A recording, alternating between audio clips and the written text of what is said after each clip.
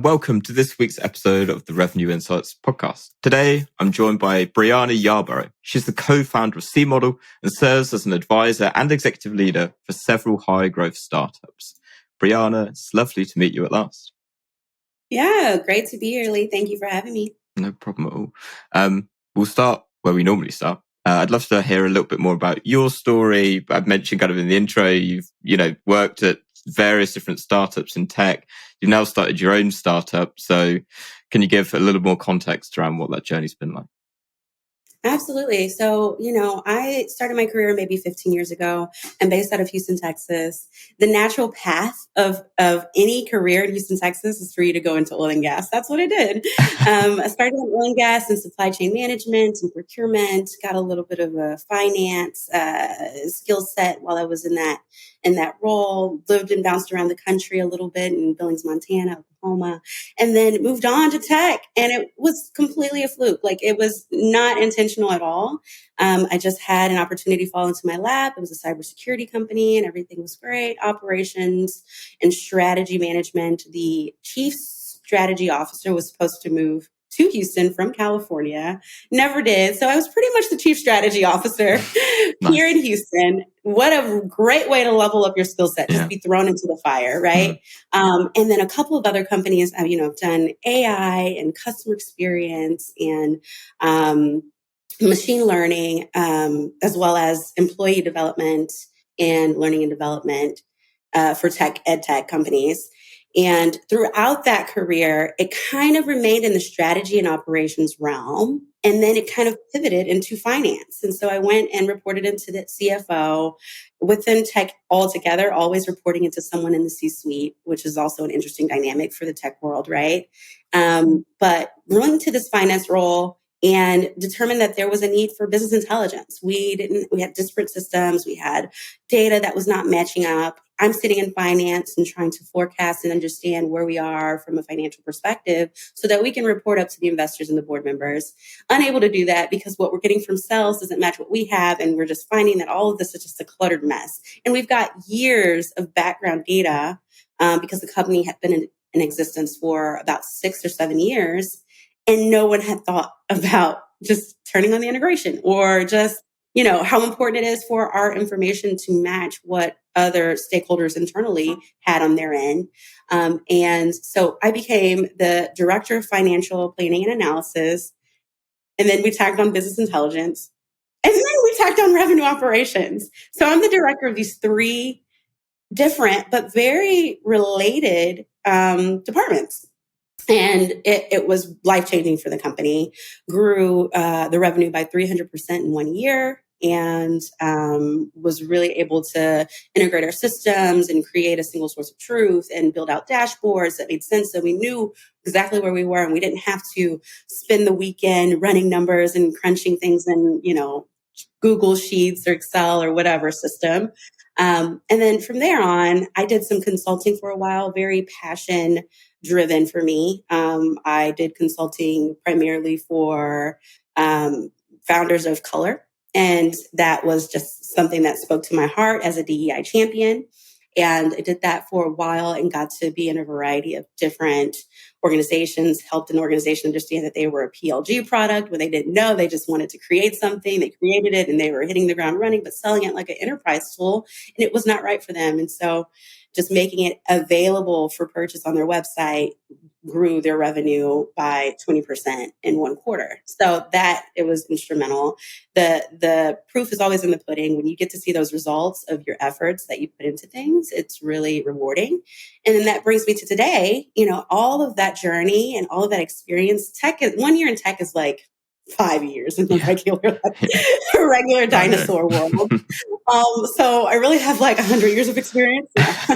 but all of that experience led to, me just kind of networking on LinkedIn and meeting new people. And I came across Tisha Cable, who is my co-founder of C-Model and the CEO of C-Model. And we really started talking about, at the time, she was a VP of business ops for a major sales sort of ed tech company. And we started talking about all of the things that were missing in the technologies that we were currently using, and what we wish we had and what good looked like, and decided to build C Model. And so C Model is a decision intelligence SaaS company who provides insights and recommendations. That's the icing on the cake. The recommendations to CEOs and leaders who really want to grow their businesses. We have a proprietary decision support engine that aggregates all of the critical business data across the entire company. And we use machine learning to analyze those metrics, assumptions. We use benchmarking. We have a expert network that also provides insights and helps us kind of concatenate all of the information that is coming across from all over the place to bring down here. This is what we've noticed. Your, for example, CAC spend and return on investment from that CAC is not what it was last quarter. And these are the reasons why. Maybe something's going on in the industry. Maybe something's going on in the market. Maybe you have a competitor that is leading or taking over sort of the market share. That's what our system does for CEOs. Amazing. Just before we kind of go down the route of C Model a little bit more, of the companies that you have kind of worked with and consulted on, in terms of size, are we talking like, usually kind of small tech startups, or have you also been on the, more enterprise size of the scale? Oh, both. It's definitely been a multi-million-dollar deal for 1 year, all the way down to PLG. You can put this on your company card on a monthly basis. Beautiful.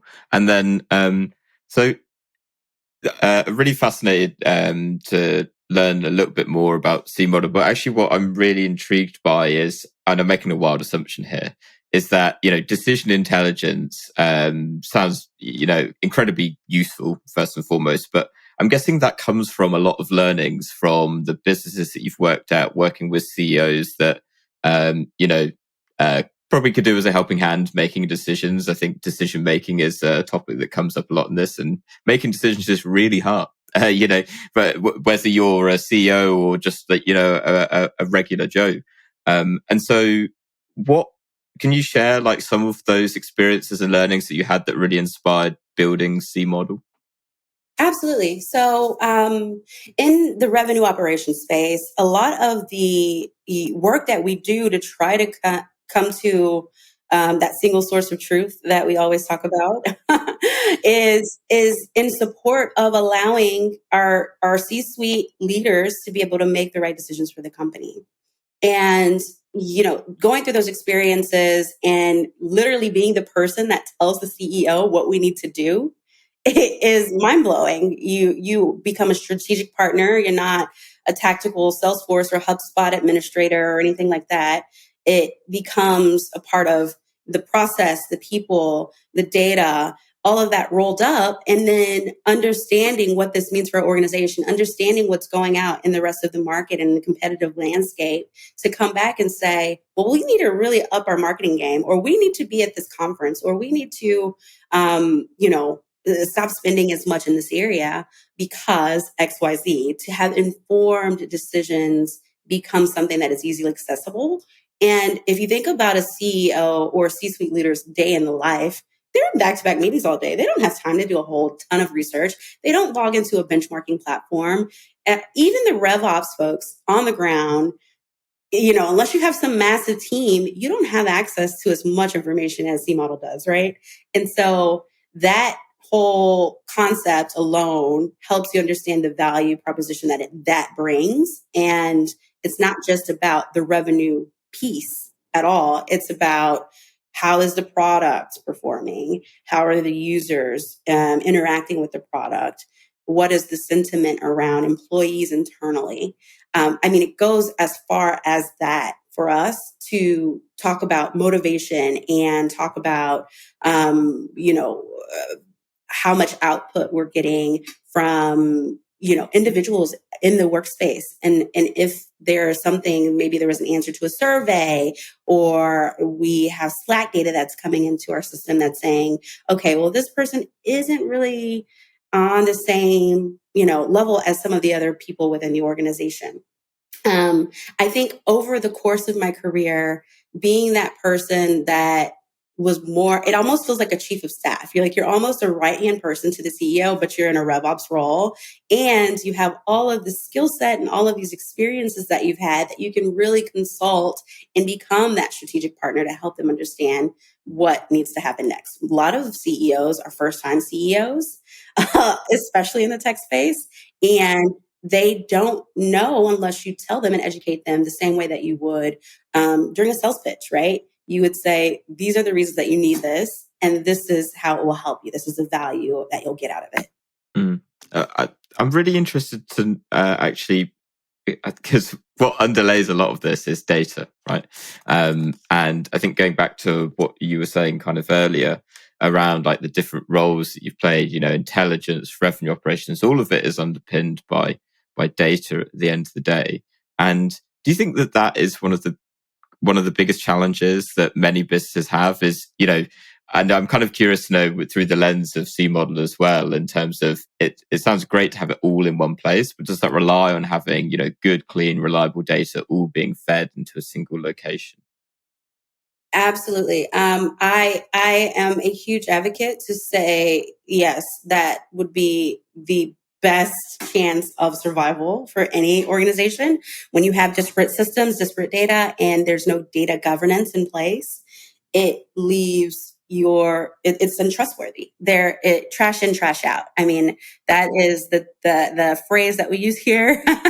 And you put trash in and you don't have anyone that's actually looking and monitoring or setting up the right processes to make sure that people are capturing the right information, then you don't have anything worth using in the end to be able to understand anything for your organization. And that's another thing that C model does. We actually look for anomalies in your data to say, hey, you might want to go take a look at this. It doesn't look right. Lovely. I want to take us in a slightly, I've got a really interesting question. So when we first we were actually going to speak back in July of 2022, and I was looking through your LinkedIn page, something that you were really passionate about, certainly at the time. I'm interested to know if it's changed. Is predictable revenue growth. This, this dream almost for many businesses. From your experience and, doing what you're doing now, do you think predictable revenue growth is ultimately achievable? Absolutely. I think that you have to get your handle around what is going on outside of your business. You can't just be stuck in your business and think that what happened last year is going to happen this year. Seasonality is a thing. There are a bunch of different variables that affect what predictability means. And so if you have someone that is good at analyzing the market on your team, or you have a reliable resource getting market intelligence, then that will help you create a more predictable forecast for your business. But predictable revenue underpins a lot of things. Like, it's fed by so many factors. Like, no one knew that COVID was going to come and people were going to get laid off and this was going to happen. But as soon as it happened, people that understood the implications of, freezing, financial purchases and how long that might run, and thinking about that, and just not even being not even being conservative about it. Like, let's be realistic about this and try to see how long our business can last with our current employee group, and what we need to do to cut back on specific areas so that we're not affected in the same way that these other companies are affected. So just kind of being on the lookout for what might happen, what might come that might throw you off a little bit, but also the predictability is very much so attainable. It just takes you doing the extra step of doing the research. Yeah, and obviously, so at the time that we're recording this is November 2022. Going into 2023, knowing what the market is like at the minute, I think now is probably the time that predictability is going to be challenged, certainly at its most since COVID, really. I'm interested to know from businesses that you've worked at, and arguably for C model, although I know kind of at the stage you're at, you might have a slightly different approach to it. When it comes to planning ahead for the year, and what would you say your approach is to it, and how do you achieve that predictability? Yeah, absolutely. So I start off with reviewing historical data. How have we performed so far? What was it like last year? Who was on a team and who was not? who just got here and needs to ramp. There's a lot of questions that I ask. It's about asking all of the right questions and to the right people. And so, if an organization says, I want to grow by 20% next year, we need to do a top down analysis and we need to do a bottoms up analysis and we need to see if our numbers match and do them separately. And what does it mean to stretch our quotas? What is our quota attainment to begin with? Do we need to hire more people, or do we need to do something like be more intentional about the pipeline that we're generating, instead of just letting all the leads come in? Maybe we need to come up with a new discovery sort of questionnaire or strategy as we're thinking about the types of people that we're actually spending time and energy on, because time and energy equals money. And so that would be my answer to that question. And I really think that, with all of the questions answered and building out your forecast or using the right tool to house your forecast, it really helps you stay on track of things. I have noticed from a lot of companies that I've worked for that they're just not data driven at all. And they don't plan and they don't look at their pipeline and they don't look at how they are doing from forecasts versus actual on a regular operational cadence. And that's what gets businesses into trouble. And so I would say, yes, plan accordingly, ask all the right questions up front, think about your ramp, think about all of the sellers that are involved, think about your implementation, your time to revenue, because you have revenue recognition implications that are different for every company. It might take one company 12 weeks to implement someone or onboard them onto their tool or technology or service, or they could be provisioned immediately and you start, gaining that revenue right now, right then. And so it depends on the company, the nature of the business. And regardless of that, ask the right questions, think about planning, and measure yourself against it. Something that you said, I'm curious to know the answer to. You mentioned that, a number of businesses, don't have data and they're not planning. To me, that's kind of baffling in a way. But that's how my brain works, because I need to have a plan for everything. So why do you think some businesses don't have data and don't have a plan? I think that they're working in silos. They don't have a revenue operations structure. And when I come into the picture, I'm asking these questions and they're like, we didn't even think about it. Or we didn't have someone to do that work. We got the system, but we don't have a data governance plan so that anyone is making sure that these, we're crossing our T's and dotting our I's within the system. And we're just going off of whatever the dashboard says.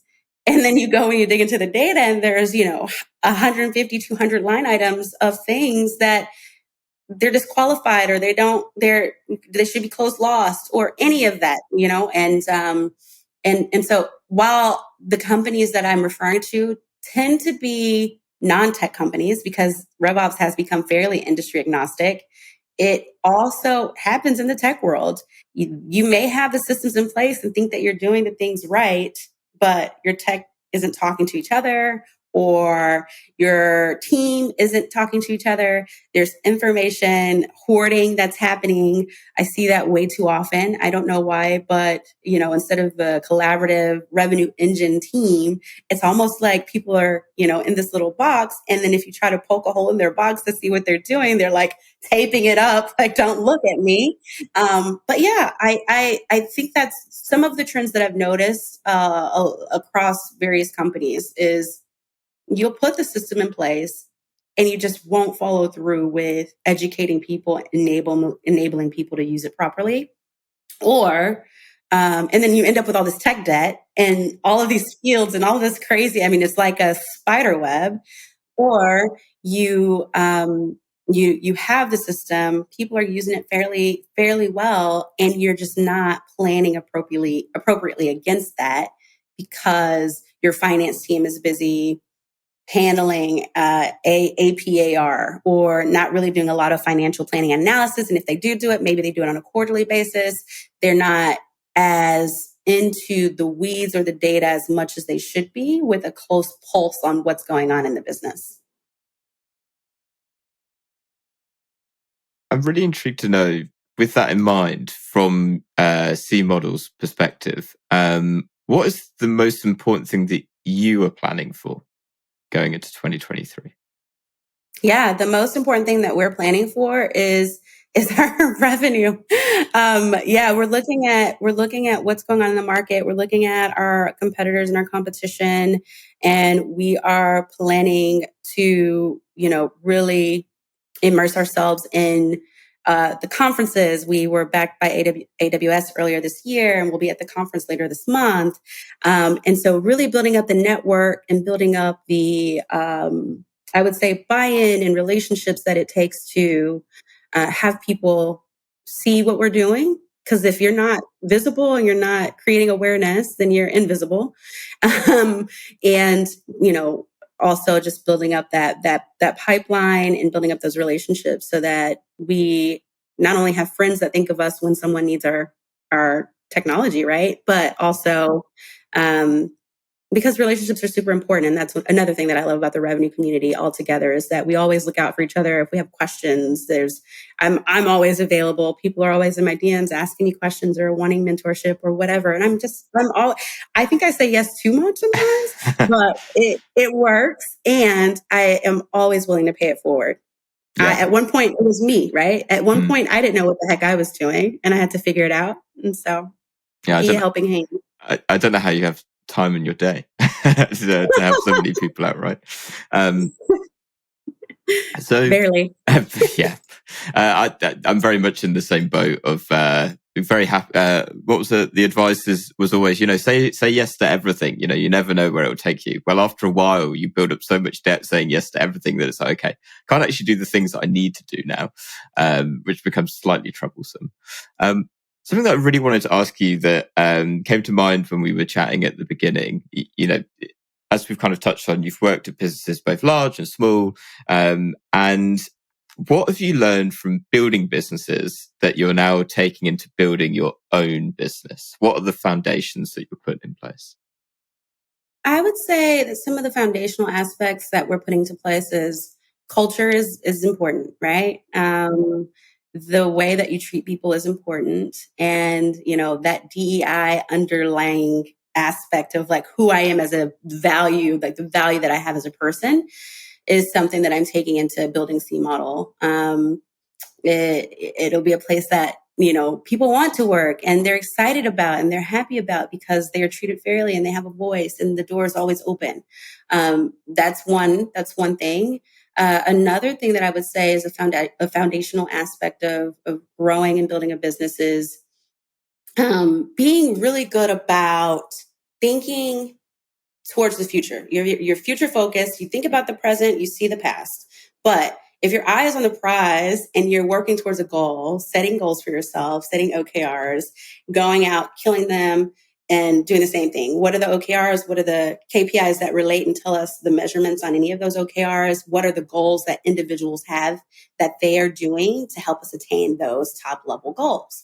That is an important and driving factor for C model as well, so that we all have our piece of the pie, we're owning it and we have accountability for it.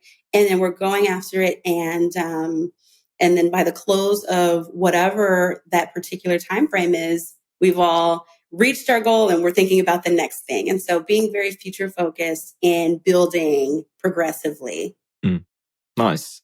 And what would you, uh, in the state that you're in at the minute, how many employees do you have now? We have about 12 people on the team. Okay, so you're up to 12 people. And I know to our listeners at home, we'll be coming at it from businesses the same size and much bigger businesses, particularly to some of those larger businesses. Often you can't be as agile, you can't be as nimble. But what advice would you give from a smaller business to pay it forward really to some of those bigger businesses of what they could do better, what they could do more progressively? Yeah.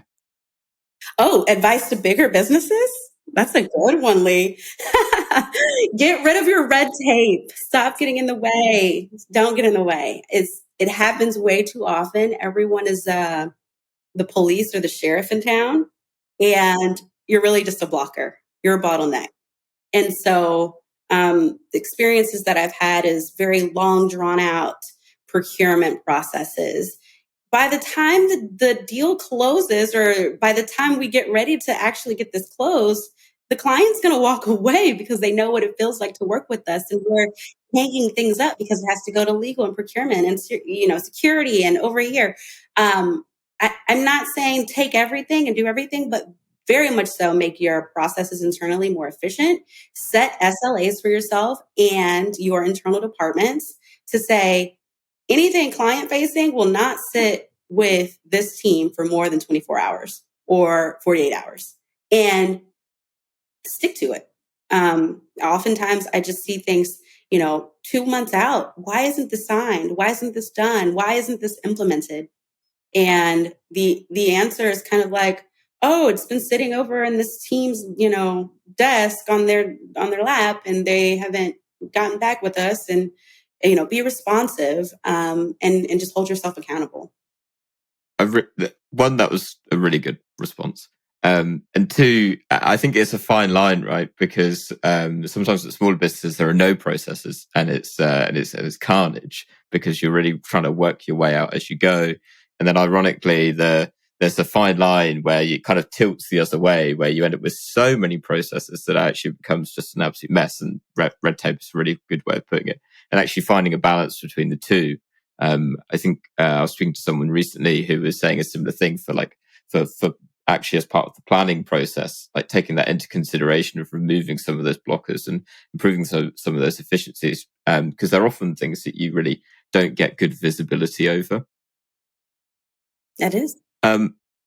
With going back to the theme of obviously 2023 coming out pretty quickly at this point,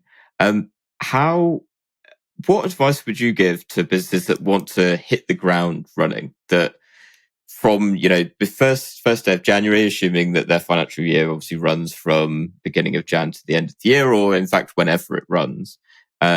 How do you normally work with, how have you worked with businesses in the past? And, I think you've already touched on it for C-Model at the minute. What advice do you give to actually, hit the ground running from day one? Yeah, absolutely. Definitely. I started my planning process last month. Within the beginning of the last quarter of your fiscal year, make sure that you're doing your planning and thinking about all of the OKRs and initiatives, strategic initiatives that you want to roll out for the organization to help the company progress forward. And if this is possible, I know December is a hit or miss for a lot of companies because of the holiday, but if you can, I would do a looking back, right? And like we have kickoffs all the time, sales kickoffs, or revenue kickoffs. But a looking back in December, and maybe even a kickoff consolidated into two before January 1 rolls around, so people know what to expect, would be, I've had that experience, and it was really great because it put people in the mindset and they were ready to hit the ground running on Jan 1. Whereas if you're doing a kickoff at the end of January, you've already missed a month, and you're not building up the motivation, and you're not getting people excited, and they're not ready to hit the ground running quite yet. They've just been working how they were working last year, and you've definitely lost out on some time. But I definitely think that, always celebrating the wins and patting people in the back, giving them, the feedback and the ability to learn and level up themselves, thinking about professional development within your planning. That is also important. You're only as good as your people. And if your people aren't, stretching themselves and thinking about ways to learn and develop, they're just remaining stagnant and they're going through the motions. You want to be surrounded by the smartest people in the room. I've heard people say, I'm not hiring anyone smarter than me. And I'm like, I'm hiring everyone that's smarter than me. Like, what? What do you mean? And so that's another aspect. Your end of year sort of closeout cycle and the beginning of the year kickoff and getting ready to hit the ground running should entail not only the numbers and the forecasts and the compensation planning and all of the things that we currently do, but it should also be about, well, what are our goals for next year? What are our things that we need to achieve and accomplish? How much are we going to grow? How do we expect to get there? How are we going to enable our people to do that? Beautiful.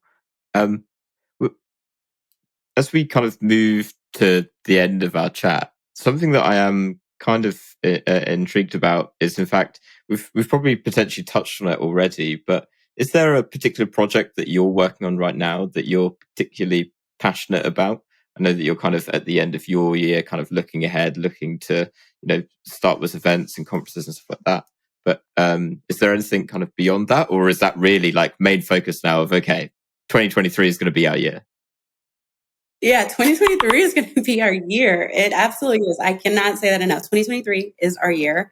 One of the projects that I think we are working on that we have to be passionate about, that we are very passionate about, is, continue to build revenue and showcase that product market fit and look good for investors, right? We're getting ready to start having conversations about fundraising. And in those conversations, we need to demonstrate the value that we bring to organizations. And so that's one of the very strong passion projects that I'm working on. And also educating people on what decision intelligence is, right?